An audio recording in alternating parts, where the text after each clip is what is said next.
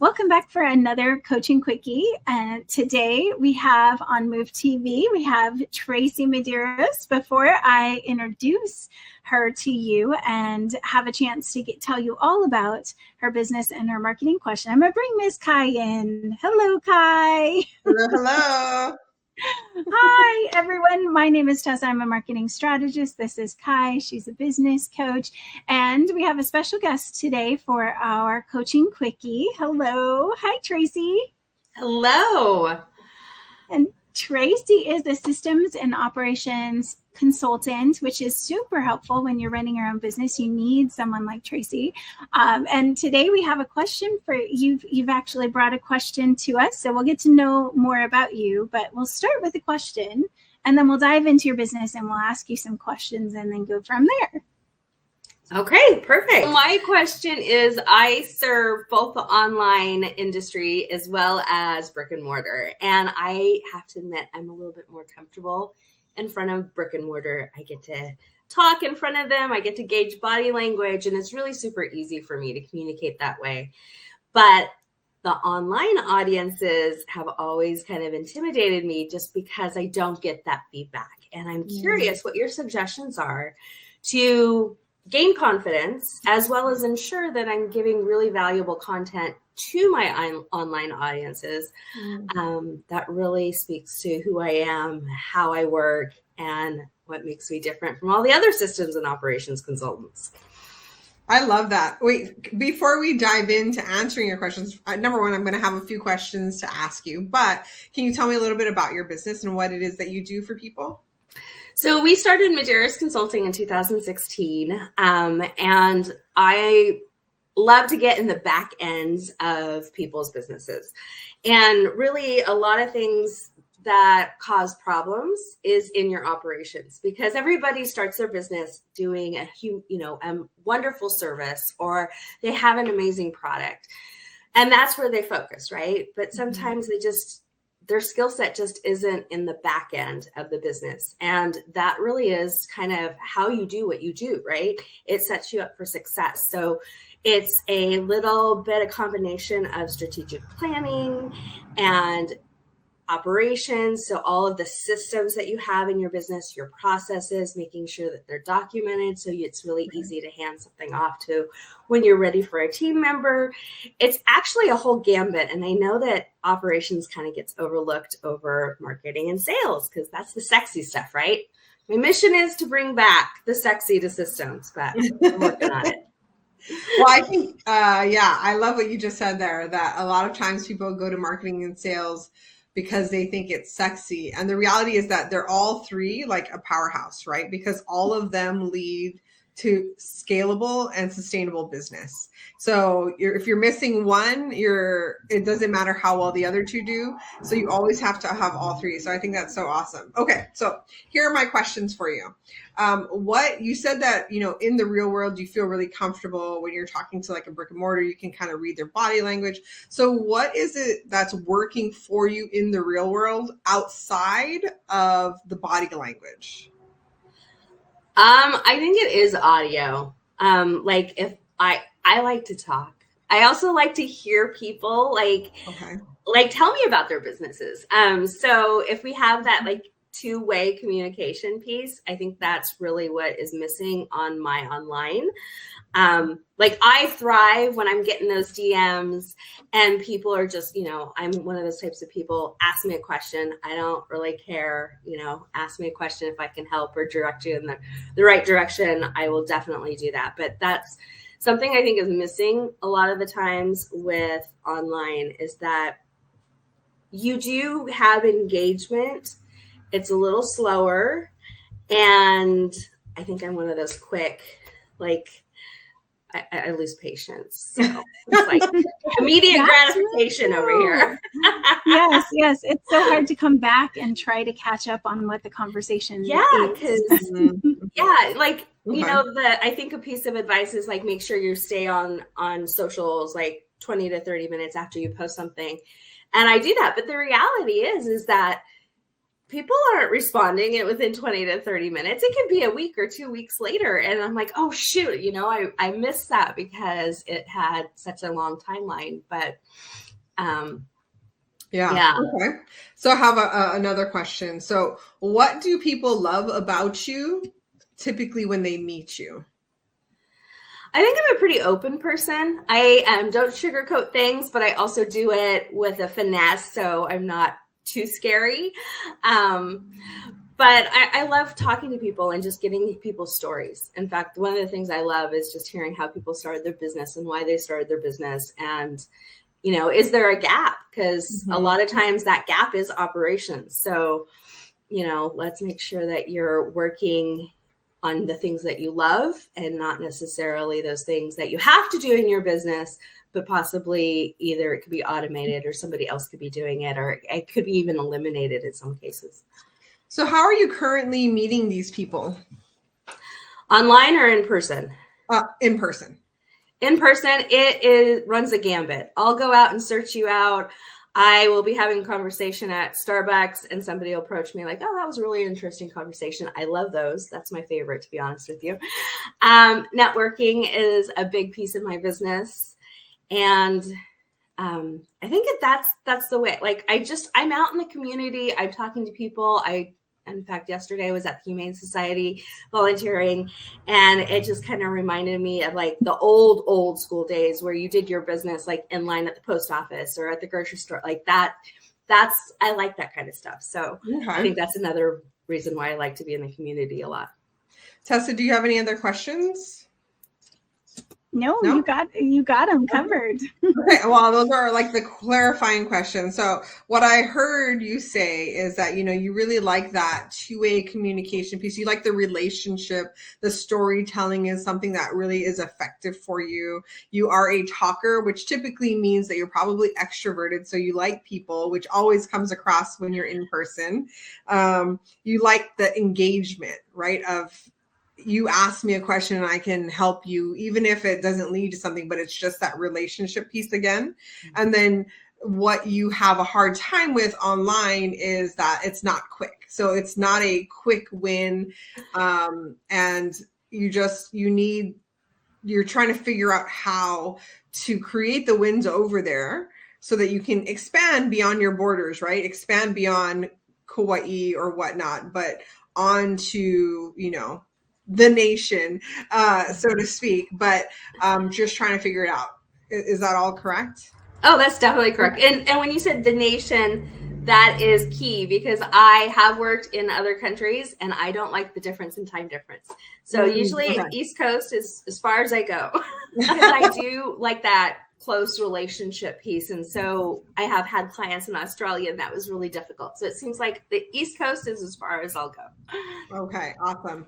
Okay, so as far as, going back to your question, so the question is really, how do you take and be successful online in terms of networking and getting yourself out there? That's essentially it, correct? I just want to make sure that I got it. Well, in creating the pieces of content that are valuable to my audience. Okay, so two pieces of that. Okay, so here's what I would suggest, and Tessa, of course, is going to have her own suggestions. But what I would say is, for somebody who is a communicator, what would make sense, and here's what you have to know before I say anything, is everything online is slow. So I think people get this misconception because we're able to respond in real time because, the new feed is just coming up and we're seeing all these new things that we kind of have this perception that online is fast. So oftentimes, we were just talking about this the other day, that we get a lot of people who come to us when they are ready, like to sell yesterday. So they're like, I just need to get my audience growth in 2 seconds. And it's like, online is slow. And that's something that we have to understand. It's a lot like slow boiling an egg, right? Like it takes time. You're going to have to kind of go through it. And so I think what's great is that you already have a successful brick and mortar networking happening right now, which means that you can take that time to build your online presence. I just wanted to say that because I know that it can get boring. And what I'm about to suggest does mean you kind of have to stick it out for the long run. And so what I would suggest is for somebody who has this great personality, who loves to talk and get those stories from entrepreneurs, like 2 things that I would probably recommend is either a podcast or show, maybe live, or going live, like, you know, 1 day a week where people know like, hey, I can come on. It can take time to create and build traction, but I think there's so many benefits to these. Number one is when you're doing interviews, you can be very strategic about who you are speaking to. There are 2 ways to do it, and I would do both. So I would have half of my guest list would be people that I want to work in their business. So I want them to hire me. And the second half of that list would be people who I love who they serve and their audience is a great fit for what I do. So it might be somebody who also works with entrepreneurs or small business owners, but they don't do what you do. So maybe they do, you know, the sales piece, or maybe they do mindset or something else outside, but it's complementary and it still serves your people, but they aren't doing what you do. So you both can bring each other value, right? In that sense. That would be what I would suggest, but just know it's a slow grow, right? It is a slow grow. And I'm going to throw this at you. Yeah, please. I love that idea. However, I'm a manifester for one thing. So if you guys know anything about human design, we're a little off. I don't like committing to a schedule. Okay. So like, I think Tessa was talking about like when I'm inspired, that's when I like to go live. Mm-hmm. And I feel, because I do have that structure part of me, that little anal retentive part of me that's like, okay, if I'm going to have a show, I need to say it's going to be on this date at this time. And it happens every one of those days from now until eternity. How do you maneuver around that challenge? So it sounds like you do have some structure. I'm very structured, but I don't like doing what people tell me what to do. And I don't like feeling confined, like I have to do something. Okay. Sorry, I thought Tessa was going to say something. So I was just going to add one thing, and that's that, you know, I do have clients that are very, very similar, and they say, you know, I have to be inspired, or I have to be kind of like, I have to be in a specific place to do it. So I have helped people to set that structure up so that when they do need to go live, when they feel like it's time and it's a good match, whether it's for a guest to be on or if it's to do their own recording, they kind of have that flexibility. There isn't a set date or time that they're supposed to do it. However, the thing that I think is so successful is if they set a goal for themselves, and we call these potatoes, right? So your potato or your big piece of content can be chopped up into so many different pieces. So you're actually saving yourself a ton of time by doing these types of content. And you asked, one of the big things you wanted to make sure you were doing is adding valuable content. So if you're very structured, you're actually doing less work, you know, so it's easier to be inspired when you have so much more that you're creating, you know. And if you're thinking of it from an income producing activity, because you are having these conversations with the people that are going to make the most impact for you, it's a lot easier to, you know, say, okay, yeah, I can do this on once a week because this is going to produce so much, or once a month. It doesn't have to be weekly, or it doesn't have to be, you know, you're just giving yourself an overall goal. But once you see, I mean, I started a podcast, and Kai knows, I did a podcast for probably 4 episodes. I think I interviewed close to 15 people, but I had 4 published, and I got so busy just from doing 4 podcast posts that I stopped doing it because I had too much work. So if you're doing it right, and that was me targeting the people that I wanted to work with. So I'd find people that I knew I had a connection with, you know, it's like, I want to get to know this person. They want to get to know me. And those turned into relationships I still have to this day. So to me, it's like, it's about picking something that kind of works with your style, and that you can decide you have this great opportunity. You're kind of mentally setting yourself up for how much potential this has. Not that it's something you have to do, but that you have this opportunity to tap into all of this, right? So I would say I could see you being a great host and being very helping somebody live like this, like with we have a coaching quickie, but you could do, making systems sexy. Let's talk about your systems and how we can make this better. I mean, I could see you giving value while building a relationship and showing off how friendly and outgoing you are. And you also get that social interaction. Yes, that's true. I think that's it. I like that idea. In fact, as you guys were talking, I'm like, okay, we can make this work. Especially when you said once a month. You pick and you try. We say this a lot. Just pick a channel and pick a frequency, whatever that frequency may be. If it's once a month, awesome. Maybe that's what you throw in your newsletter. Your newsletter is going to be, have this piece in it too. So you're utilizing it in so many different ways. But I could definitely see that being good for you. And you do have like Plantober. You have all these events coming up. So it can be to help promote. Just by the way, which took structure. I'm very structured. And commitment of time in order to, number one, plan it, and then number two, when you execute. So it's not that you're unable, it's that you don't want to. So at the end of the day, I would say, what is it that you want more? Right. And if you really, because most times the reason we don't want to have this structure or whatnot is sometimes it's avoidance. Sometimes, like, there's so many reasons, right? Like, if we were really to get into mindset right now, but what I would be asking you to do is, hey, look at what it is that really kind of rubs you the wrong way about the structure piece, because that's what you deliver to people. And in order for you to have a successful business, which you do, it means that you're showing up for them. You're doing all the things you're saying you don't like to do. So you're already doing it, but perhaps it's the freedom. But what happens is when you create this show, and or however you do it, but essentially what it is you already have a system that works for you in the real world, and you're trying to take it online into the online world so that you can kind of have a broader expansion and reach, which also means more impact. So you do need,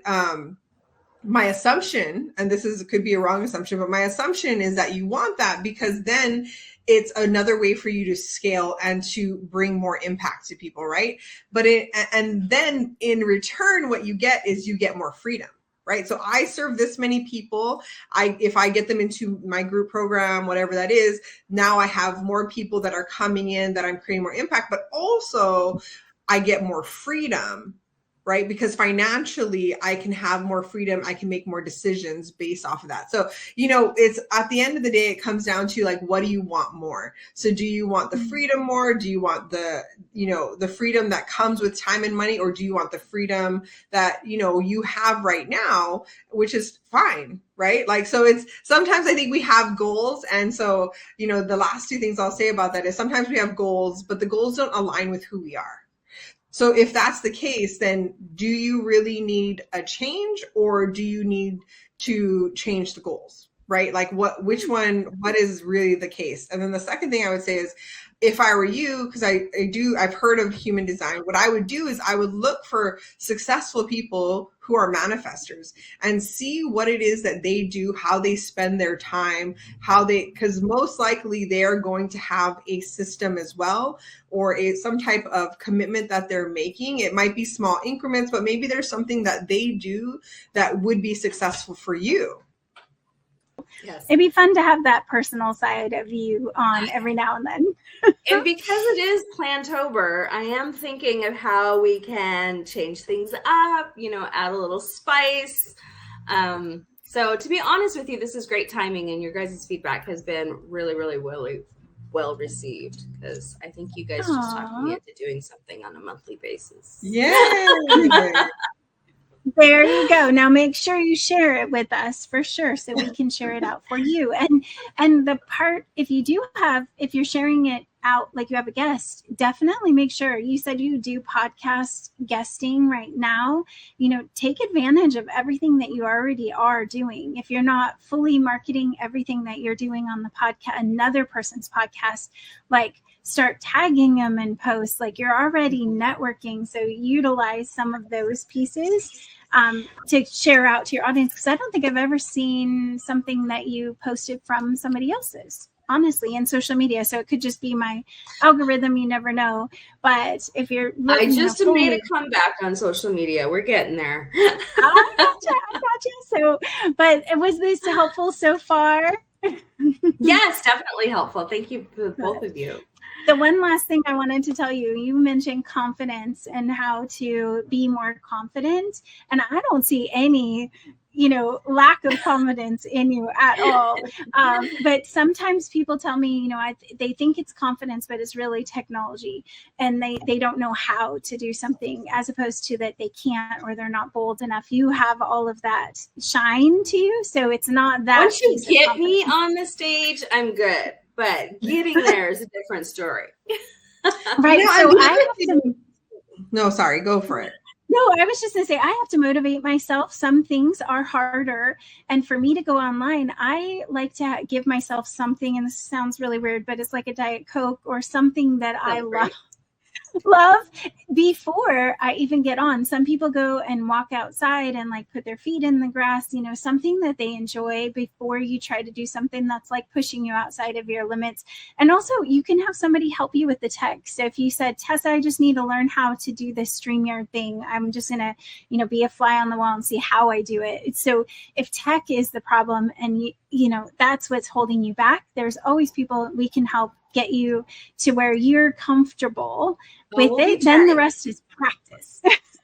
Yes, that's true. It's just like a muscle, like anything else, right? Yes. Yeah. Because the first time I went live, I turned into a red tomato, no joke. It was like Snapchat, and I was just bright red. You would have thought I had been sunburnt and in the, and I may have been on there for 1 minute. That's how long I made it. And then I got off and I'm like, what did I just do? Why did I do that? I have no clue. But that started the pattern, right? And when I actually committed to, hey, I'm going to do this every Friday at this time, the first 2 months were super hard. And Kai has, have it, like she has a specific number of how long you have to practice something that she likes to recommend. But I literally had to do it and have somebody else I was accountable to for me to even build that muscle. And now I've been doing it for almost 4 years straight, every single Friday, even when I was on like a hospital bed. So you can, it just takes time. And some days I showed up and like, I don't even know what came out of my mouth those days, but it's okay. And I just want to add something too, is if you do find yourself like, hey, I'm just so much better at, being in front of people, then what you might be doing is maybe you're looking for opportunities to speak on stage, right? And sometimes you have to pay to play, but that's a great way to get your foot in the door. And, and the other thing is when I was looking at your website, like, so I know that Tessa was saying you've been a podcast guest and things like that, but I don't see it on here, like on your home page. So that's something I would be adding. How people have the little logos, like I'd be putting that above the header, like places that people, and then when you click it, people can go to those interviews. It's establishing that authority as well when people go to your website, and it's really utilizing those platforms that you've already been on and putting it there for people to see. So, there's no, like, you're doing this work already for somebody else's podcast, like take that, and then you can take that video and chop it up and put it into pieces. That's a good idea. I guess I've always like, that's their property. No, I mean, they would love it. Most people would love it if you share, because that's what they're doing, right? But you're sharing it, and every time you share it, you're sharing like, at so-and-so, right? Like this is from them. It's another piece of content that they can now share. And you can add them as a collaborator. Like, so if it's on Instagram and they're on Instagram, you can add them as a collaborator. I'm going to go ahead and tag people. And you can see right here, right there, it's add tag or invite collaborator. So I'm going to hit invite collaborator, and now I'm going to collaborate with my other business page. So my Ashford Digital, I can collaborate with my own personal account. Sometimes that helps. If you have a business account and a personal account, you can combine the two together. So they're going to show as the two of them at the same time. So I'm going to go ahead and do that. I could tag Kai because she's my business partner. So maybe I want to tag her and her audience. Maybe it's someone that's in the video if you have a guest. So this is a great way to expand your audience and also not have to cross post. So it makes it so much easier time-wise. So I'm going to go ahead and hit done. And now what that looks like in the back end, now it says Ashford Digital is the tag. I can keep going on adding all the extra benefits, but I'm going to skip that right now. I'm going to go ahead and show my Ashford Digital profile, and where you're going to find that, if you go over here to what you've been tagged in, so it's just like a tag. At the bottom, we've been invited by Move to CEO to collaborate. So we're going to click accept. And then it's going to ask us to confirm that. So now that I've accepted it, it's going to put both Ashford Digital and Move to CEO at the top of this post. And so that is shared audience. Anything that hits from Ashford Digital and anything that hits from Move to CEO, we are sharing that audience. So I could go in and invite people who like or comment from either audience. Great ideas. I think a lot of other people too can take some nuggets out of this as well. Speaking of nuggets, you have lots of great things for our audience as well. So Plantober, we're going to put all the links in the chat so you guys can get access to what Tracy has going on right now. Plantober sounds super fun. So give us a little brief of what that is. This is our 6th annual Plantober, and October for us at Medeiros Consulting has always been Plantober. This is the last quarter of the year. Right now, what you do sets you up not only for having a great finish to 2023, but also sets you up for a good jump into 2024. So we're not like some people, they're like, oh, I'm going to start my planning in January, and then it's February before we take any action on anything. So having just a set time to refocus on our goals, what is unfinished for the end of the year, right? Like, what do we really need to put our focus on?